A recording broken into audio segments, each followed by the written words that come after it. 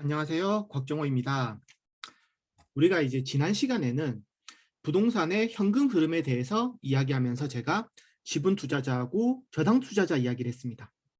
저당이라는 거는 부동산이나 뭐 자동차 같은 동산을 채무의 담보로 잡거나 잡히는 것을 말하는데, 금융기관이 우리 부동산에 저당을 잡은 거죠. 그리고 지분 투자자인 우리는 저당을 잡힌 거죠. 이렇게 뒷목 잡힌 거죠.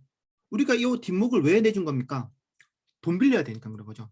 돈 빌려야 되니까 요 뒷목 내준 건데, 우리가 이 돈을 빌릴 때는, 대출 받을 땐 금리를 생각할 수밖에 없습니다. 돈을 빌린 대가로 지급하는 이 돈을 우리가 이자라고 하고, 이 이자의 원금에 대한 비율을 우리는 금리라고 합니다.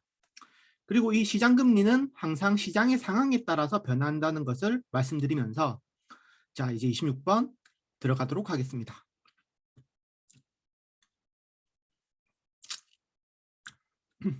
26번. 다른 대출 조건이 동일한 경우 통상적으로 고정금리 주택 저당 대출의 금리는 변동금리 주택 저당 대출의 금리보다 높죠. 이 이야기를 제가 한번 분석해 볼게요. 우리가 이제 고정금리 저당 대출을 통해서 대출을 받았어요. 이렇게 계속 가정을 해볼게요. 그리고 현재 시장 금리가 7%야. 이건 가정입니다. 그러면 시장 금리가 7%니까 뭐 내가 뭐 대출 받을 때 뭐 한 7%를 받았다고 한다면, 이 시장 금리는 우리가 이제 상황에 따라서 변하죠. 오늘은 7%인데 내일은 10%로 상승할 수도 있고 4%대로 더 내려갈 수도, 하락할 수도 있겠죠. 그럼 이제 이 은행 입장에서 봤을 때는 고정금리 7%로 대출을 해줬더니 다음날 10%가 됐어. 아, 그러면 이거 하루만 늦었어도 3%더 이자를 받을 수 있는 건데, 은행 입장에서는 굉장히 화가 나겠죠. 뭐 돈을 빌린 입장에서 기분 좋겠지만은 대출자한테서 3%만큼 손해가 발생합니다. 반대의 경우 7% 대출을 받았는데 아침에 일어나 보니까 4%네? 뭐 하루아침에 그럴 일은 없겠지만 어차피 우린 가정이니까, 이렇게 되면 돈 빌린 내가 3% 손해를 본 거죠. 아씨, 하루만 늦게 갔어도 4%로 대출 받을 수 있었는데 어저께 가서 내가 7%를 받았어.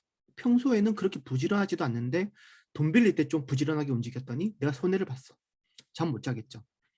즉, 고정금리 저당 대출에서는 이 시장 금리가 상승하게 되면 이 금리 위험, 상승폭만큼의 이 금리 위험을 대출자인 금융기관이 부담하고, 시장 금리가 하락하게 된다면 이 하락에 대한 금리 위험은 돈 빌린 차입자가 부담한다고 정리할 수 있겠죠.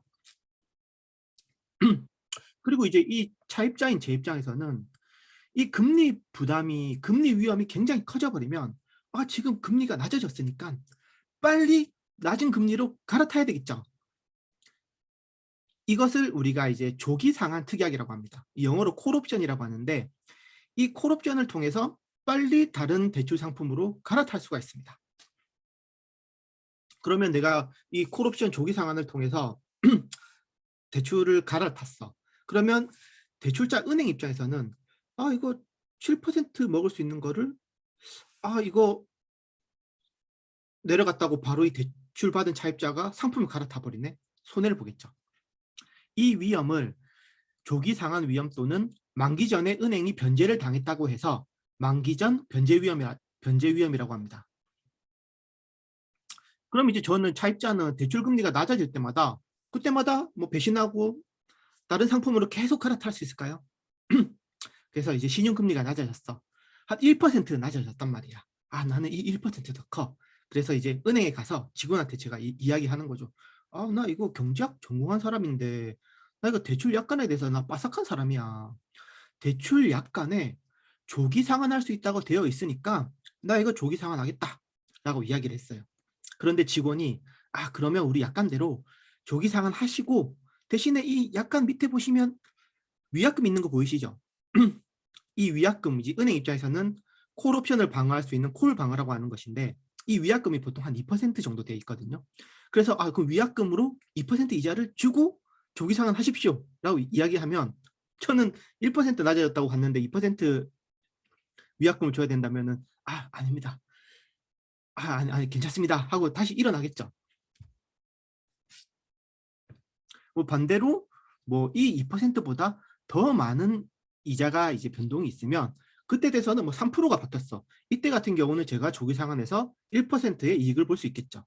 그래서 이 차입자 입장, 대출받는 우리 입장에서는 고정금리 저당 대출이 더 유리하겠습니다.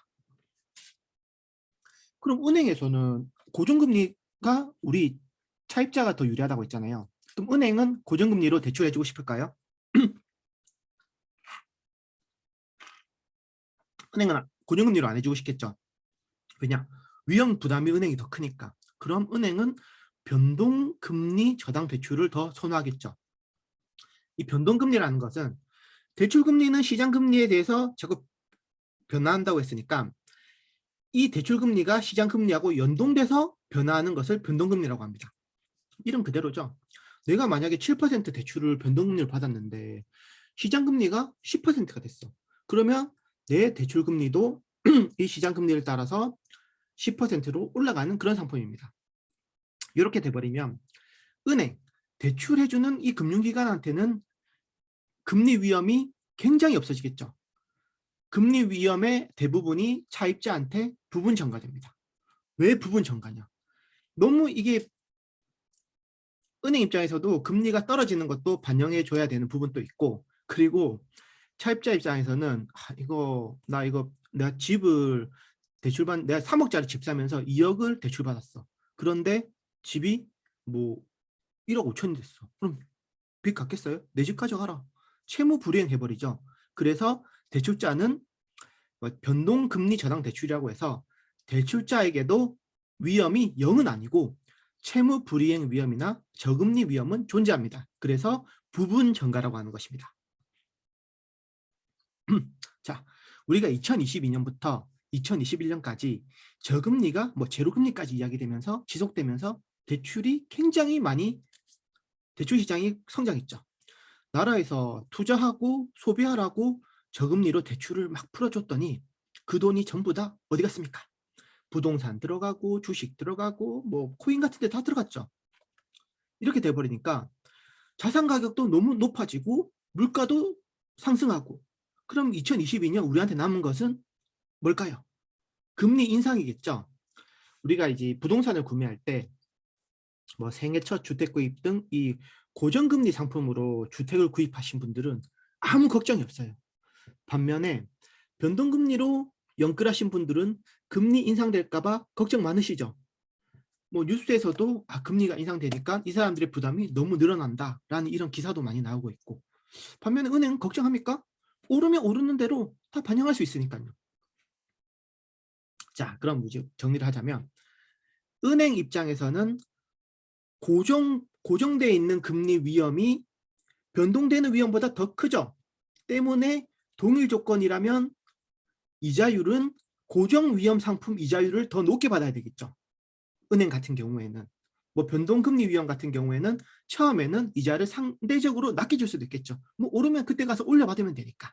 자, 26번 다른 대출이 동일한 경우 통상적으로 고정금리 주택 저당 대출이 금리가 더 높다. 완벽하게 해결되었습니다. 자, 이제 27번으로 넘어가서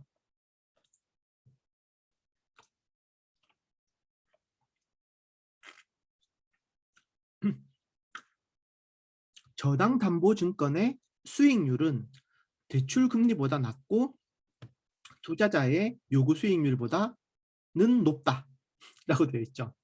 자, 제가 요구 수익률이 뭐라고 했죠? 이 요구 수익률이라는 것은 필수 수익률이라고도 하죠. 이 투자자가 요구하는 정말 최소한의 수익. 적어도 은행 예금보다는 낮으면 안 된다.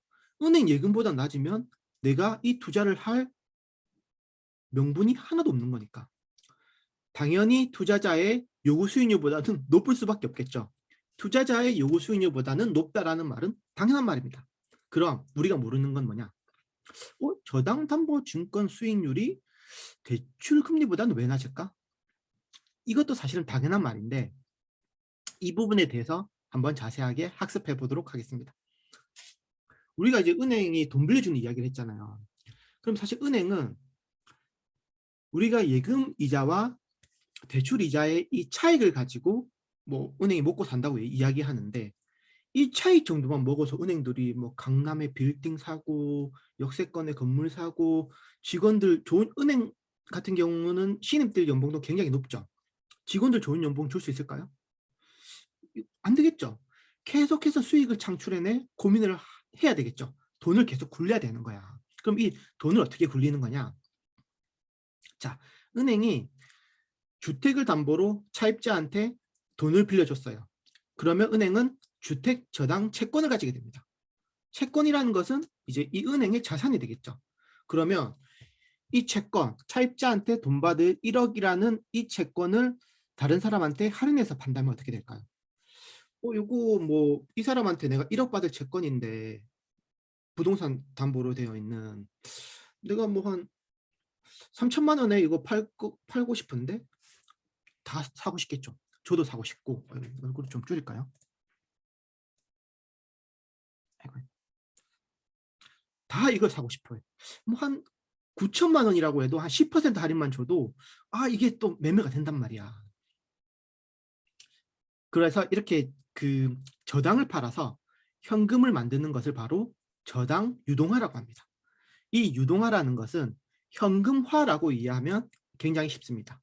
저당 현금화, 이 저당 유동화를 왜 하느냐 그러면, 자, 은행이 1억 원을 저한테 빌려줬어요. 차입자한테 빌려줬어. 그런데 이 은행 입장에서 1억이 돈입니까? 1억이 은행 입장에서는 정말 부담되는 별거 아닌 거죠. 부담되지 않는 아무것도 아니죠. 그런데 이 1억을 1000명한테 빌려준다면 이게 1000억이 되잖아. 그리고 이제 이 대출 기간 동안 예를 들어 20년이라고 한다면 이 20년 동안 이 1000억이 묶여 있는 거야. 돈이라는 건 계속해서 유통이 돼야 되는데 돈이 안 들겠죠. 1000억이 20년 동안 묶여 있으니까. 1000억이란 돈은 이렇게 묶여 있으니까 빌려줄 돈이 없어. 그런데 이 1000명한테 받을 이 1000억 채권을 할인해서 현금화 시켜버린다면 이 현금화 만든 거를 또 빌려주고 이 채권을 또 현금화 시켜주고 이렇게 계속 돈을 굴릴 수 있겠죠. 특히 이제 주택시장에서 주택 대출 자금을 확보할 수 있는 겁니다. 자, 우리가 1억짜리 현금을 융자를 내줬어. 빌려줬어. 그럼 1억짜리 저당이 생기겠죠. 요거를 10% 할인해서 9천만 원에 사갈래? 하면 가만 앉아서 1000만 원 버는 거니까 이 9천만 원치를 사고 싶은 사람이 있단 말이에요. 그래서 10% 할인해서 9천만 원에 매각된다면 현금 9천만 원 생기겠죠. 그러면 이 9천만 원을 또 빌려주는 거예요. 또 융자 내주고 9천만 원짜리 저당을 또 8천만 원에 매각할 수 있겠죠. 그래서 또 현금 8천만 원 생겼어. 이야, 신난다. 8천만 원짜리 융자를 또 내주는 거야. 그리고 8천만 원짜리 융자 채권을 7천만 원에 팔고 또 융자 내주고. 계속 가능하겠죠. 유동화 방식이 없다면 1억 빌려주면 이제 1억 없으니까 이 1억에 대한 거는 융자가 아예 끝이 납니다. 그런데 유동화 방식을 이런 식으로 이용을 하니까 1억에서 9천, 8천 이렇게 가다 보면 총 1억으로 만들 수 있는 융자는, 은행에서 내줄 수 있는 융자는 5억 한 5천만 원까지 정도 되는 거죠. 5배 이상 뻥튀가 되는 겁니다. 이야, 창조 경제죠. 이것이 바로. 자, 이 저당 유동화를 통해서 저당 시장이라는 게 형성됩니다. 1차 저당 시장은 뭐 간단합니다. 그냥 돈 빌리는 차입자와 이제 돈 빌려주는 은행 같은 금융기관, 이렇게 이루어진 시장입니다. 그냥 돈 빌리고 이제 내가 돈을 빌려줬으니까 담보 잡아주고 저당 채권이 형성되는 시장이죠. 때문에 제1차 저당 시장은 유동화랑 아무 상관이 없습니다. 그렇죠. 이건 그냥 이제 내가 돈 빌리고 채권 잡고 현금화 되는 과정이 없잖아요.